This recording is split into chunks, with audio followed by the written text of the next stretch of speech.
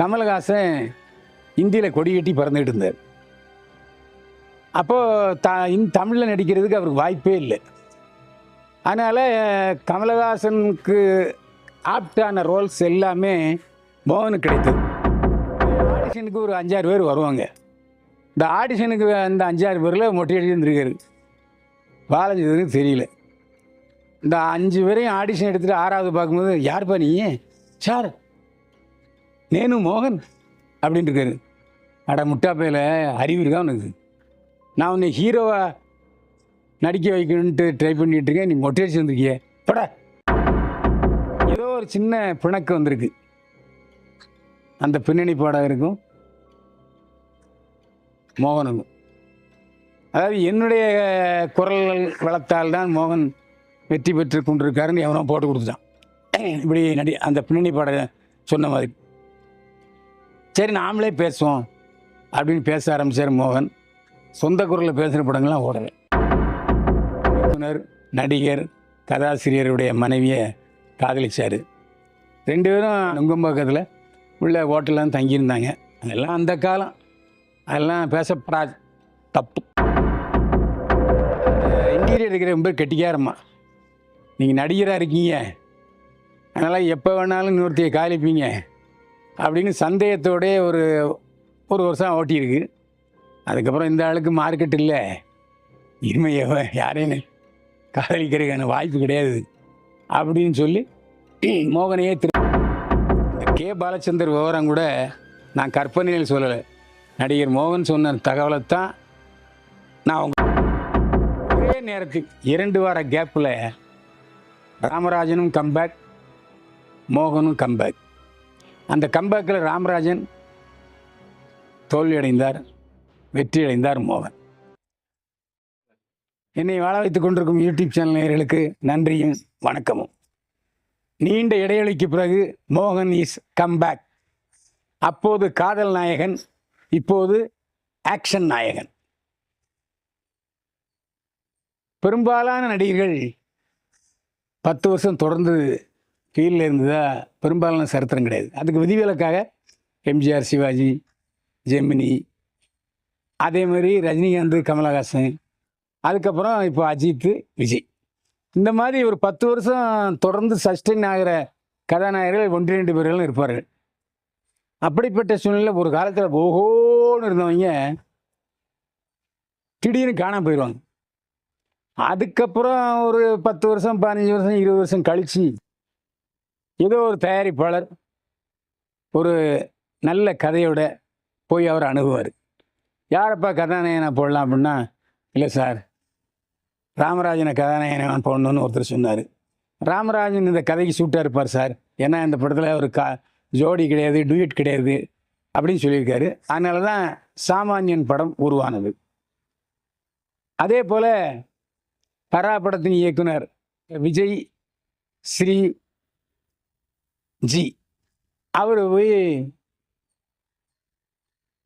வீட்டில் சும்மா இருந்த மோகன்கிட்ட போய் கதை சொல்லியிருக்காரு.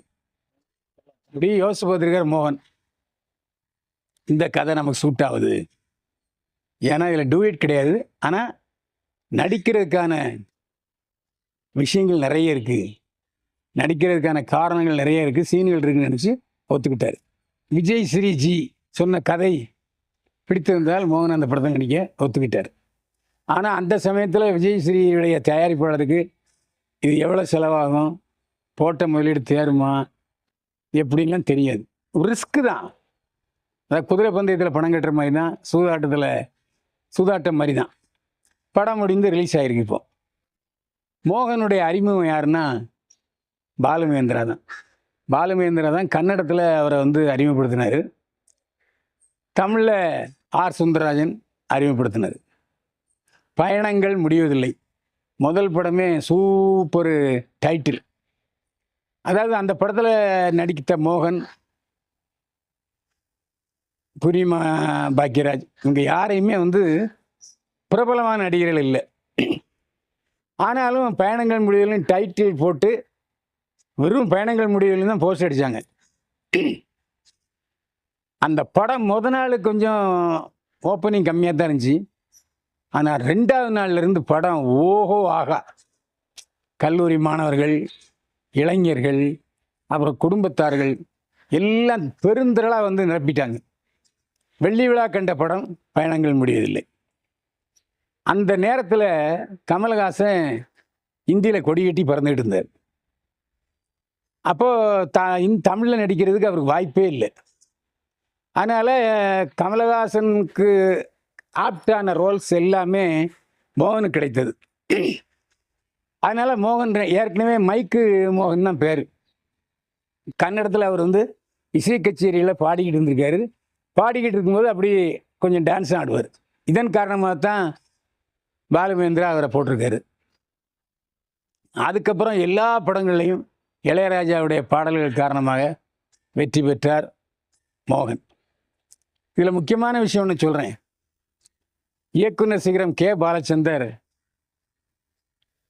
கமலஹாசன்கிட்ட ஃபோன் பண்ணி கேட்டிருக்காரு, சார் நான் இங்கே 3 ஹிந்தி படம் பண்ணிகிட்டு இருக்கேன், ஒரு 6 மாதத்துக்கு கழித்து நான் வந்து நடித்து கொடுக்குறேன் சார் அப்படின்னு இருக்கார்.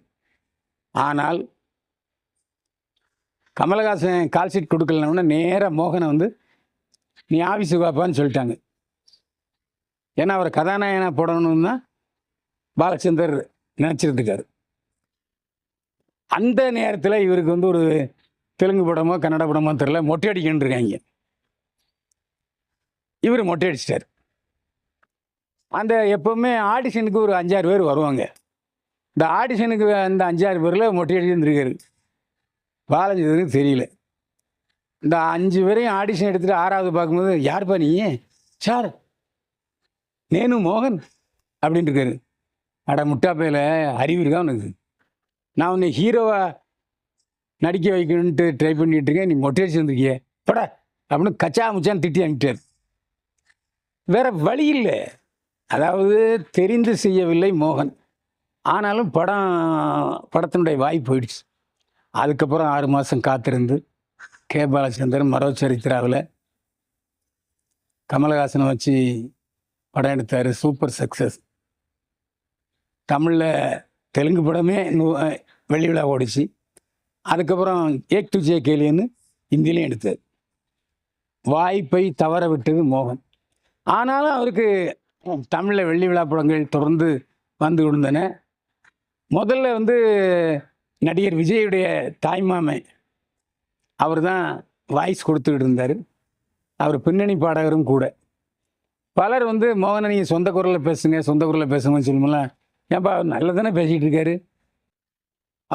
அவர் குரலில் தப்பு பிழை இருந்துருந்துச்சுன்னா நம்ம மாற்றலாம், நல்லா தானே பேசிகிட்டு இருக்காருன்னு சொல்லி விட்டுட்டார். கடைசியில் ஏதோ ஒரு சின்ன பிணக்கு வந்திருக்கு அந்த பின்னணி பாடகருக்கும் மோகனுக்கும். அதாவது என்னுடைய குரல் வளத்தால் தான் மோகன் வெற்றி பெற்று கொண்டிருக்காருன்னு எவனோ போட்டு கொடுத்துட்டான். இப்படி அந்த பின்னணி பாடகர் சொன்ன மாதிரி. சரி நாமளே பேசுவோம் அப்படின்னு பேச ஆரம்பித்தார் மோகன். சொந்த குரலில் பேசுகிற படங்கள்லாம் ஓடலை. அப்புறம் இடையில எய்ட்ஸு அது இதுன்னு கச்சாமிச்சான்னு சொல்லி வீட்டில் உட்காரச்சாங்க. மோகன் ஆரம்பத்தில் இப்போதைய பிரபல இயக்குனர், நடிகர், கதாசிரியருடைய மனைவியை காதலிச்சார். 2 பேரும் நுங்கம்பாக்கத்தில் உள்ள ஹோட்டலில் தங்கியிருந்தாங்க. அதெல்லாம் அந்த காலம், அதெல்லாம் பேசப்படாது, தப்பு. ஆனால் அவர் வந்து மோகன் ஒரு இன்டீரியல் டெக்கரேட்டர். அவருடைய மனைவி 2 பேரும் பார்த்தாங்க, பேசுனாங்க, காதலிச்சாங்க, கல்யாணம் பண்ண நினச்சாங்க. ஆனால் அந்த இன்டீரியர் டெக்கரேட்டர் ரொம்ப கெட்டிக்காரம்மா. நீங்கள் நடிகராக இருக்கீங்க, அதனால் எப்போ வேணாலும் இன்னொருத்தையை காதலிப்பீங்க அப்படின்னு சந்தேகத்தோடே ஒரு வருஷம் ஓட்டியிருக்கு. அதுக்கப்புறம் இந்த ஆளுக்கு மார்க்கெட் இல்லை, இனிமையை யாரையும் காதலிக்கிறதுக்கான வாய்ப்பு கிடையாது அப்படின்னு சொல்லி மோகனையே திருமணம் செய்து கொண்டார் அந்த இன்டீரியர் டெக்கரேட்டர். இப்போ 2 பேரும் சந்தோஷமாக தான் வாழ்கிறாங்க. ஆனால் ஒரு விஷயம், தன்னுடைய மனைவி இன்டீரியர் டெக்கரேட்டருங்கிறது எனக்கு தெரியும், சிலருக்கு தெரியும். ஆனால் இதுவரைக்கும் மோகன் தன்னுடைய மனைவி இவர்தான் என்று அடையாளம் காட்டவில்லை. தம்பதி சமேதராக ஃபோட்டோ மீடியாக்களுக்கு கொடுக்கவில்லை. வீட்டுக்கு போனால் மோகனை பார்க்க முடியாது. வெளியே வந்தால் தான் பார்க்க முடியும். நானே ஹரா செட்டில் தான் பார்த்து பேசினேன். யதார்த்தமான நடிகராக இருக்கிறார் மோகன்.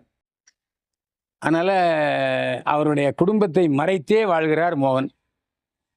அது அவருடைய சொந்த விருப்பம், ப்ரைவசி. அதை வந்து நம்ம வந்து நீங்கள் உங்கள் மனைவி ஃபோட்டோ கொடுங்க, நீங்கள் 2 பேரும் சேர்ந்துருக்க ஃபோட்டோ கொடுங்க நம்ம கேட்க முடியாது. அது அவருடைய ப்ரைவசி. அந்த அந்தரங்கத்தில் தலையிட நம்ம விரும்பவில்லை. எது எப்படியோ இது வரைக்கும் சந்தோஷமாக மனைவியோடு வாழ்ந்துக்கிட்டு இருக்கிறார். இனிமேலும் சந்தோஷமாக வாழ்வேன் என்று உறுதிபட தெரிவித்த மோகன். இந்த கே. பாலச்சந்தர் விவரம் கூட நான் கற்பனையில் சொல்லலை. நடிகர் மோகன் சொன்ன தகவலைத்தான் நான் அவங்ககிட்ட சொல்லியிருக்கேன். அதே மாதிரி மணிரத்னம் எழுதி இயக்கிய அஞ்சலி படத்திலையும் நடிக்க மறுத்திருக்கிறார் மோகன். அஞ்சலி படத்தில் ஏன் நடிக்கலை அப்படின்னு கேட்டதுக்கு கால் ஷீட் இல்லை சார் அப்படின்னு சொல்லியிருக்காரு. மணிரத்னம் படங்கள் 2-3 படங்களில் வாய்ப்பு வந்தும் மணிரத்னம் நடிக்கவில்லை. அதே நேரத்தில் முதல்வராக இருந்த எம்ஜிஆர் காலத்தில் மோகன் நிறைய படங்கள் நடிச்சிட்டு இருந்தார். முதல்வர் எம்ஜிஆர் என்னை பாராட்டினார்.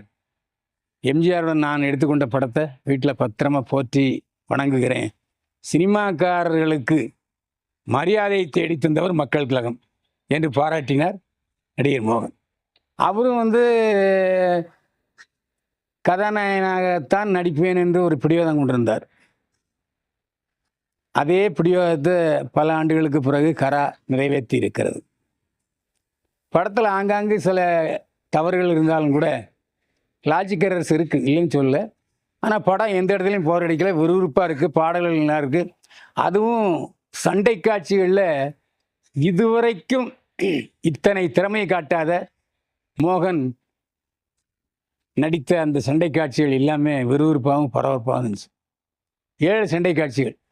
இப்போ எல்லாருமே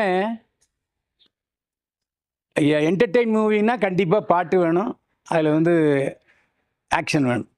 எனவே ஆக்ஷன் நாயகனாக பரிமளித்து விட்டார் மோகன். ஹரா படம் தமிழ்நாட்டில் 150 தியேட்டரில் போட்டிருக்காங்க. ஜப்பான், சிங்கப்பூர், கனடா ஆகிய நாடுகள்லேயும் 300 திரையரங்களில் நல்லா ஓடிக்கிட்டு இருக்கு என்று படத்தின் இயக்குனர் விஜய் ஸ்ரீ சொன்னார். இதில் முக்கியமான விஷயம் என்னென்னா, ராமராஜன் இஸ் கம்பேக் அப்படி என்ற அறிவிப்போடு வெளிவந்த சாமானியன் படத்தினுடைய தயாரிப்பாளர் சமீபத்தில் ஒரு விழாவில் போட்டு உடைச்சிட்டார். நான் ரொம்ப நம்பிக்கையோடு தான் படம் எடுத்தேன், ஆனால் நஷ்டங்க, சாமானியன் படம் நஷ்டம் என்று அந்த படத்தின் தயாரிப்பாளர் சொன்னார். ஆனால் நாங்கள் விமர்சகர்கள், நான் உள்பட படத்தை பார்த்துட்டு நல்லா இருக்குன்னு தான் சொன்னோம். ஆனால் ஒரு படம் விமர்சனத்தால் மட்டும் ஓடிவிடாது என்பதற்கு உதாரணமாக அமைந்தது சாமானியன். ஏன்னா அந்த படத்தில் அவருடைய முகம் பழைய ராமராஜன் முகம் மாதிரி இல்லை. சரியாக நடக்க முடியல அவரால். பெரிய ஆக்சிடெண்ட்டில் மாட்டிக்கிட்டு ரிஸ்க் எடுத்து தான் இப்போது இந்த படத்தில் நடிச்சிருக்காரு. ஆனால் மோகன் அப்படி இல்லை. 30 வருஷத்துக்கு முன்னால் 28 வருஷத்துக்கு முன்னால் எப்படி பார்த்தோமோ அப்படியே இருக்கார் மோகன். என்ன கொஞ்சம் தாடி வச்சிருந்தார் படத்தில், பட் குரல்லாம் நல்லா இருந்துச்சு. அதனால் ஹரா வந்து வெற்றி படம் தான். ஒரே நேரத்துக்கு 2 வார கேப்பில் ராமராஜனும் கம்பேக், மோகனும் கம்பேக். அந்த கம்பேக்கில் ராமராஜன் தோல்வி அடைந்தார், வெற்றி அடைந்தார் மோகன். ஹரா என்ன தலைப்புன்னு யாருக்கும் தெரியாது, எனக்கே தெரியாது. யாரோ மக்களை காப்பவன்னு சொன்னாங்க, அது எனக்கு தெரியாது. தலைப்பு வந்து ஒரு மாதிரி இருந்தால் கூட படம் ஓரளவு நல்லா போச்சு. முதல் நாளே 60 லட்ச ரூபா கலெக்ஷன் ஆகிருக்கு. தொடர்ந்து எந்த தியேட்டர்லையும் எடுக்காமல் நின்று ஓடிக்கிட்டு இருக்கு.